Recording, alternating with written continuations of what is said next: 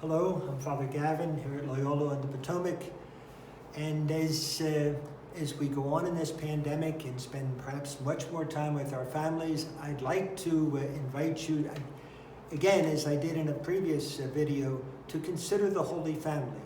And the only Bible scene, the gospel scene we have from that hidden life is at the age of 12 when he goes to the temple. And that scene begins with this verse. Each year his parents went to Jerusalem for the feast of Passover. And when Jesus was 12 years old, they went up according to festival custom. So Jesus is accompanying his parents. He's grown up in a family. He's grown up being witness to the dynamic between Mary and Joseph, those spouses. And he has learned the richness of having a mother and a father.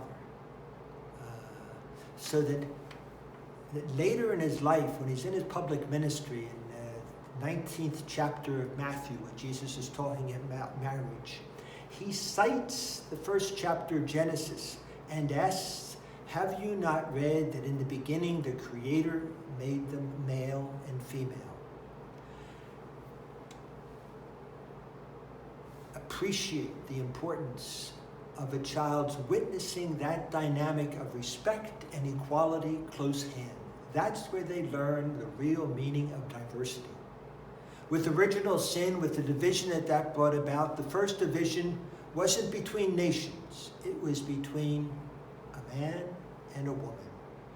And the reconciliation that has to be brought about in our world today to heal so many wounds begins with that reconciliation between the male and the female, which in God's plan were meant to be complementary, a richness, a beauty.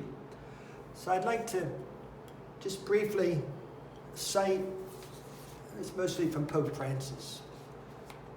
The children enjoy the right to grow up in a family with a father and a mother, capable of creating a suitable environment for the child's development and emotional maturity. It is precisely within the nucleus of the family that the children can learn how to recognize the value and the beauty of the differences between the two sexes, along with their equal dignity and their reciprocity at a biological, functional, psychological, and social level. That's a long quote, but it comes down to the basic right of the child to have a mother and a father. Now, I appreciate very much those who, for different circumstances, have to go it alone. My own sister, her husband died when the three children were just about 13 years old.